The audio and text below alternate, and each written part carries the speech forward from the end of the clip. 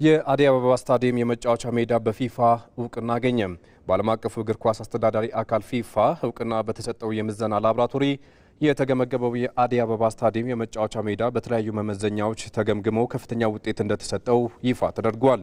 ግንባታው በመፋጠን ላይ የሚገኘው የአዲስ አበባ ስታዲየም የመጫወቻ ሜዳ የፊፋን መመዘኛ በከፍተኛ ውጤት ማለፉን የባህልና ስፖርት ሚኒስቴር አስታውቋል። በፊፋ ሪፖርት መሰረት የስታዲየሙ መጫወቻ ሜዳው በተደረገለት በርካታ መመዘኛዎች 86 በመቶ አግኝቷል። በዓለም ሀገር አቋራጭ ሻምፒዮና የተመዘገበው ውጤት በህብረትና በቡድን ስሜት የመስራቱ ትሩፋት መሆኑ ተገለጸ። ከምርጫ ጀምሮ አትሌቶችን ካምፕ በማስገባት የተሰራው ስራ ፍሬ ማፍራቱ ተነግሯል። ተጨማሪ ያለን በታላሰ የዓለም ሀገር አቋራጭ ሻምፒዮና ኢትዮጵያ ከበርካታ ዓመታት በኋላ የተሻለ ውጤት ያስመዘገበችው ቡድኑ በአንድነት መንፈስ በጋራ በመስራት መሆኑን አባላቱ ለኢቲቪ ተናግረዋል። እጅግ ጥሩ ተዘጋጅተናል። በቡድን ስራም ጥሩ ሰርተናል። አሰልጣኞቻችን በጣም አዘጋጅተውናል። ለዛም ደግሞ በጣም ጥሩ ውጤት አምጥተናል። በአንድነት ነው የሰራነው ሁሉንም ነገር እዛ ሜደን ያው ከዚህ የነበረው ሁኔታ ነው ያስቀጠለው።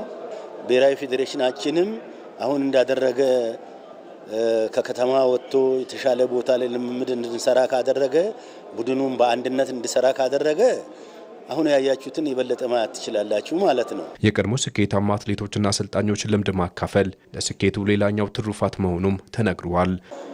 አንድነትና ፍቅር እንዲኖራቸው ነው ከመጀመሪያ ስራ የሰራ ነው። አሰልጣኞችም ያስራ ነው የሰሩት። ከዛ በመቀጠል ደግሞ ታዋቂ የድሮ ሻምፒዮኖች በሆኑ በክሮስ ካንትሪ አትሌቶች ቀነኒሳ በተደጋጋሚ ራሱ እያገኘ እየተንከባከበ ልምዱ ሼር እያደረገ ቀጣይም አትሌት ገብረእግዚአብሔር ገብረ ማርያም ድጋፍ ሲያደርጉላቸው የነበሩ ልጆችም በጣም ደስተኞች ናቸው። ሀገርን ወክለን ለምንወዳደራቸው ውድድሮች በጋራ አብሮ የመስራቱ ጉዳይ ከባድ ቻሌንጅ ነው የነበረው እንደ ሀገር። በዚህ ክሮስ ካንትሪ የሰራነው አንዱ ትልቁ ነገር የቀድሞ ሲኒየር አሰልጣኞችን እና ሲኒየር ደግሞ ሯጮችን በመሰብሰብ እንዲመክሩ ልምዳቸውን እንዲያጋሩ በማድረጋችን ትልቅ ለውጥ ነው የመጣው። በህብረት ሁሌም ስንሰራ በጋራ ስንንቀሳቀስ በአንድ ስሜት ወደፊት ስንጓዝ አሸናፊዎች እንጂ ተሸናፊዎች እንደማንሆን ያረጋገጥንበት ውድድር ነው ለኔ። የተደረገው የአትሌቶች ምርጫ ፍትሃዊና አሰራሩን የጠበቀ መሆኑም ተገልጿል። አንዱና ዋነኛው ስራ ሁሉንም አትሌቶች የመለመል ነው።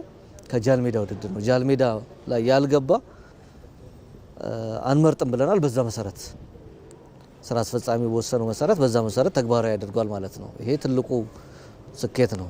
ወጣቶችን በተመለከተ ሁሉም አትሌቶች በኤምአርአይ አልፈዋል። ስለዚህ ያለ እድሜ የሚገቡ አትሌቶችን ለማስቀረት ጥረት ተደርጓል። ይሄም ወደ 7-8 ቼክ ፖይንቶችን አድርገናል። የደብል ፓስፖርት እየተወጣ ነው። ከዚህ በፊት የተቀጣ ነው። ደብል ፓስፖርት አለመውጣቱን ቼክ አድርገናል። ቡድኑ ካምፕ ከገባ በኋላም ለተለያዩ አካላት ዝግ ማድረጉም ለተመዘገበው ውጤት የጎላ ሚና እንደነበረው ዶክተር አመንሲሳ አንስተዋል። ከዛ በኋላ ደግሞ የተወሰነው ውሳኔ ቀነኒሳ ላይ ክሎዝድ የሆነ ትሬኒንግ ካምፕ ገብቶ ሁሉም ሰው ሲጠይቀው የነበረውን ነገር አስገብተናል። ካምፑን አንዳንድ ጊዜ አሁን ክሎዝድ አደረግን ለማንም ብለን ስንል የአትሌት ሪፕሬዘንታቲቭ መጥቶ ዲስታርብ ያደርግብን ይችላል። ስልጠና የብሔራዊ ቡድን ነው። ባል ሚስት እንዲህ ያለን ከዚህ በፊት የሚነሱ እናንተ ጋዜጠኞች ብዙ የምትሰሩበት የሚቆጨው ይሄን ክሎዝድ በር ዝግ አድርገናል፣ ለማንም እንዳይደርስ አድርገናል ስንል እነዚህ ሁሉም ሰው እንዳይመጣና በፕሮግራም የጋዜጠኝነት ቤተሰብ ግንኙነት ሌሎች ፕሮግራማይዝድ በሆነ መልኩ አቴንድ እንዲያደርጉ አድርገናል። በዚህ መልኩ አብረው ሄደዋል። አንድ ነገር ግጭት አልተፈጠረም። በአሰልጣኞች መካከል፣ በአትሌቶች መካከል በቲም ስፕሪት ነው የሄዱት። ስለዚህ ይሄ በጣም ትልቅ ተሞክሮ ወስደናል እኛ ከዚህ። ኢትዮጵያ በዓለም ሀገር አቋራጭ ሻምፒዮና ከዓለም ሁለተኛ ደረጃን ይዛ ማጠናቀቋ ይታወሳል። ለ2027 አፍሪካ ዋንጫ ለማለፍ የቅድመ ማጣሪያ መርሃ ግብር የሚጠብቀው የኢትዮጵያ ብሔራዊ ቡድን ተጋጣሚው ለይቶ አውቋል። ከዛሬ 10 ዓመት በፊት ለዓለም ዋንጫ ማጣሪያ ሳኦ ቶሜና ፕሪንሲፔን ያሸነፉት አሰልጣኝ ዮሐንስ ሳሌ ዳግም ከሀገሪቱ ጋር ተገናኝተዋል። አብርሃም ተስፋዬ እንደገና አስቻለው ግርማ በረጅሙ ለማለት ዳዊት እንደገና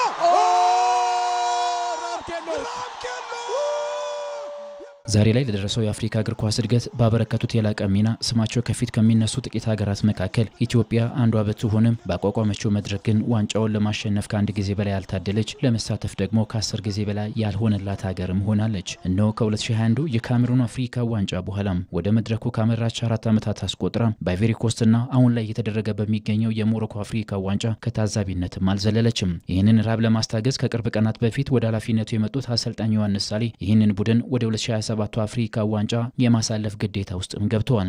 በሶስቱ የምስራቅ አፍሪካ ሀገራት ኬንያ፣ ታንዛኒያና ዩጋንዳ አስተናጋጅነት የሚሰናዳው የአፍሪካ ዋንጫ ለኢትዮጵያ የእግር ኳስ ትንሳኤዋን ዳግም ማብሰሪያ የመሆን እድል ይኖረዋል ተብሎም ይጠበቃል። በጎረቤቶቿ ምድር በሚሰናዳው ውድድር ኢትዮጵያ በሀገሯ የመጫወት ያክል በራስ መተማመን የምትፈጥርበት፣ እንደ ስኬቷ በቁጥር በዛ ያሉ ደጋፊዎችን የምታገኝበት ውድድር የመሆን እድል ይኖረዋል ተብሎም ይጠበቃል። ከዛ በፊት ግን ብሔራዊ ቡድኑ ከፊቱ የሚገኙትን ግዳጆች በአሳማኝ መንገድ መወጣት ይጠበቅበታል። ካፍ በአህጉሪቱ ከሚገኙ ሀገራቶች እግር ኳሳችሁ ዝቅተኛ ደረጃ ላይ ስለሚገኝ ቀጥታ ምድብ ድልድል ውስጥ ከመግባታችሁ በፊት የቅድመ ማጣሪያ ጨዋታ ማከናወንና ማሸነፍ ይጠበቅባችኋል ሲል 12 ሀገራትን ለይቷል። እዚህ ውስጥ ደግሞ ከመስራቾቹ አንዷ የነበረችው ኢትዮጵያ ትገኝበታለች። በእግር ኳስ ደረጃዋ ከዓለም 147ኛ ላይ የተቀመጠችው ሀገር ከ24 ዓመታት በፊት ከነበረችበትና በታሪክ ዝቅተኛ ደረጃን ከያዘችበት 155ኛ ደረጃ 8 ደረጃዎችን ብታሻሽልም በካፍ የማጣሪያ ውድድር ውስጥ ለመግባት አሁንም አቋሟን ከዚህ በተሻለ ማጎልበት እንደሚጠበቅባትም ማሳያ ሆኗል።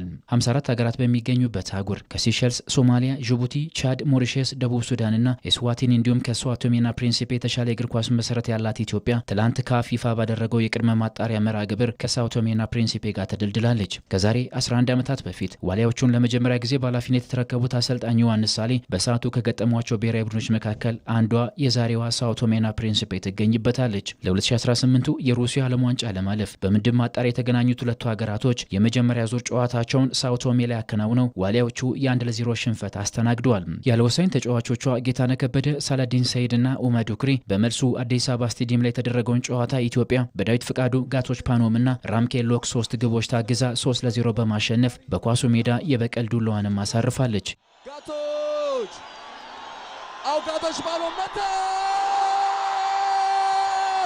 የኢትዮጵያ እግር ኳስ ብሔራዊ ቡድን በቀደመ ግንኙነት የተሻለ ውጤት የነበራቸው አሰልጣኝ ዮሐንስ ሳሌ ዳግም ከሳኦቶሜና ፕሪንሲፔ ጋር ለሁለተኛ ጊዜ ሊገናኙም ቀን ተቆርጦላቸዋል።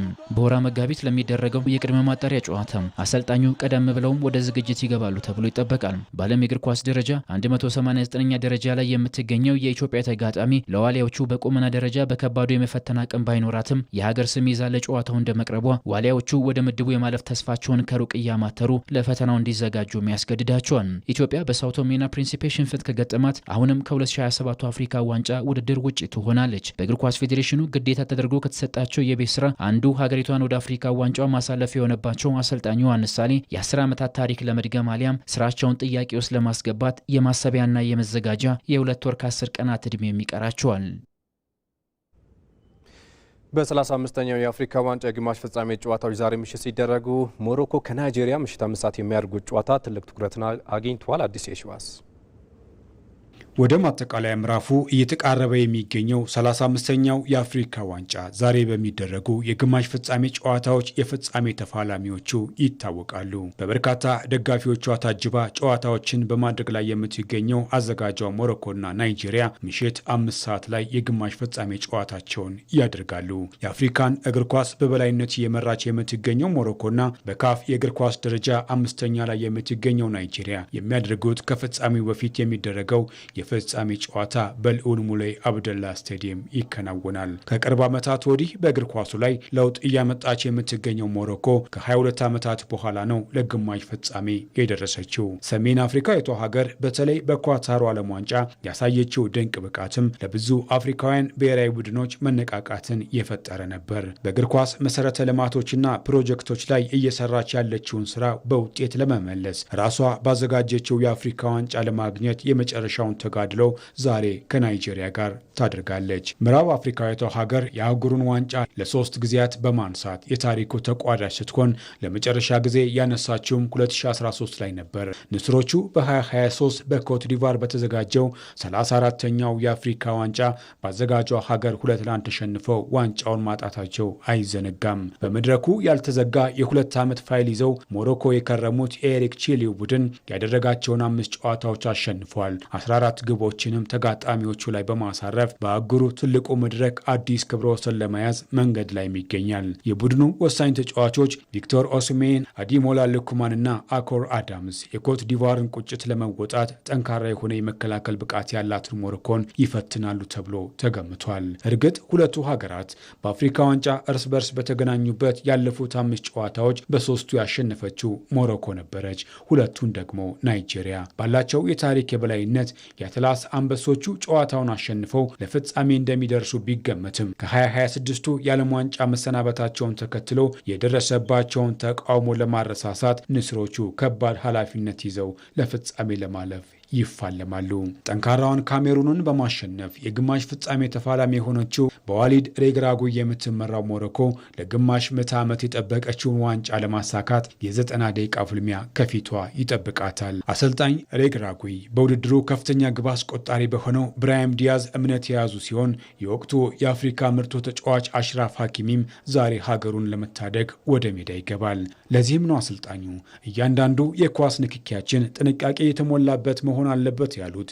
የ50 ዓመቱ የዋንጫ እርግማናቸውን ለመስበርም ለሀገራቸው ሁሉን ነገር መስጠት እንዳለባቸው ለተጫዋቾቻቸው ያሳሰቡት። ከፍጻሜው በፊት የሚከናወነው የፍጻሜ ጨዋታ በተባለለት የምሽቱ መርሃ ግብር ከናይጄሪያ በኩል ዊልፍሬድ ኒዲዲ በቅጣት ምክንያት፣ ኤዜዲን ኡናይ ደግሞ በጉዳት ምክንያት ከሞሮኮ ብሔራዊ ቡድን በኩል ወሳኙ መርሃ ግብር ያመልጣቸዋል። ምሽት 5 ሰዓት የልዑል አብደላ ስታዲየም ለአንዱ የደስታ ምንጭ ለአንዱ ደግሞ የሀዘን ድባብ ለማላበስ ዝግጁ ሆኖ የጨዋታውን መጀመር መጠባበቅ ላይ መሆኑን ካፍ ኦንላይን እና ቤን ስፖርት ዘግበዋል። 7 ሰዓት ሲል ተጨማሪ የስፖርት መረጃዎችን በስፋት አካተን ወደ እናንተ እንደርሳለን። መልካም ጊዜ ይሁንላችሁ። ካፍታ ቆይታ በኋላ